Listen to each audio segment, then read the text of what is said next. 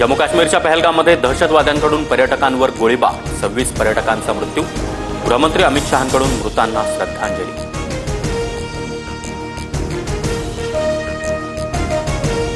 गृहमंत्री अमित शहांची पहलगाममधील घटनास्थळाला भेट.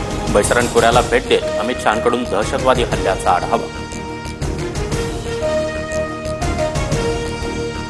अमित शहांनी अनंतनागमध्ये जखमी पर्यटकांची भेट घेतली. अमित शहा यांच्याकडून जखमी पर्यटकांची विचारपूस. पहलगाममध्ये हल्ला करणाऱ्या दहशतवाद्यांचे फोटो समोर. 2 पाकिस्तानी तर 2 स्थानिक दहशतवादी असल्याची सूत्रांची माहिती. दहशतवाद्यांचे फोटो समोर आल्यामुळे तपासात मोठी मदत होणार.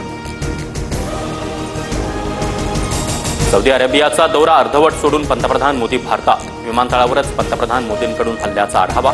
आज दिल्लीमध्ये मोदींच्या उपस्थितीत उच्चस्तरीय बैठक. संरक्षण मंत्रालयाच्या बैठकीनंतर घडामोडींना वेग. भारतीय सैन्यासह नौदल आणि वायुदलाला देखील अलर्ट राहण्याचे आदेश. अमित शहा दिल्लीला परतल्यानंतर केंद्र सरकारकडून सर्वपक्षीय बैठक बोलावली जाण्याची शक्यता. बैठकीमध्ये विरोधी पक्षाच्या नेत्यांना हल्ल्याची माहिती देण्यात येणार.